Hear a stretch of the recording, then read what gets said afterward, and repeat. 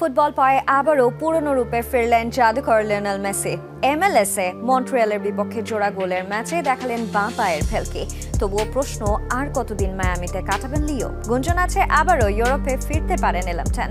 তবে কি ছোটবেলার ক্লাব বার্সেলোনায় নিজের শেষ ঝলক দেখাবেন মেসি?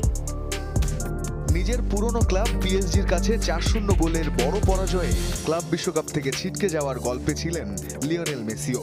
শেষ 16 থেকে হতাশাজনক এই বিদায়ে খানিকটা যেন মুষলেই পড়েছিলেন মায়ামি ভক্তরা। আরও একবার উঠেছিল প্রশ্ন, মেসির শেষের শুরু কি হলো তবে এখান থেকেই? তবে সবাইকে ভুল প্রমাণ করে গল্পটা আবারও বদলে দিলেন লিও। মন্ট্রিয়ালের সাথে জোড়া গোলের ম্যাচে নিজের পুরনো জাদু নতুন করে দেখালেন এলএম10।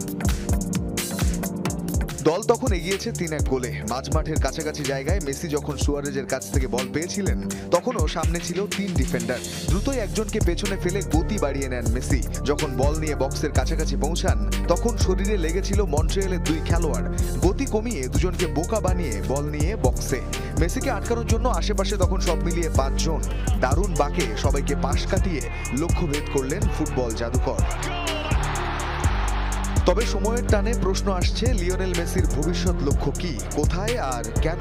মায়ামিতে মানসিকভাবে ধীরস্থির থেকে আর কতটা সময় কাটাতে চান আর্জেন্টাইন অধিনায়ক? এসব নিয়ে যখন শুরু হলো কথা, তখনই গুঞ্জন, মেসি কি আবার ইউরোপে ফিরবেন? ESPN আর্জেন্টিনার সাংবাদিক এস্তেবান এদুল জানিয়েছেন, ডিসেম্বরের পর যখন ইন্টার মায়ামির সঙ্গে মেসির চুক্তি শেষ হবে, তখন তিনি সম্ভবত ইউরোপের কোনো প্রতিযোগিতামূলক লিগে ফিরতে পারেন। সেটা হতে পারে স্পেনেই, তার পুরনো ক্লাব বার্সেলোনায়, যাতে বিশ্বকাপের আগে নিজেকে আরও সানিয়ে নেওয়া যায়।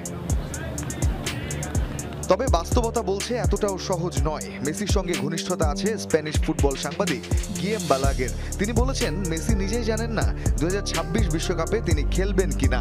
আপাতত তিনি ধাপে ধাপে এগোচ্ছেন। তিনি কাউকে এখনো তার চূড়ান্ত সিদ্ধান্তের কথা জানাননি। অন্যদিকে বিবিসি জানিয়েছে, ইন্টার মায়ামির সঙ্গে চুক্তি নবায়ন করতে রাজি মেসি।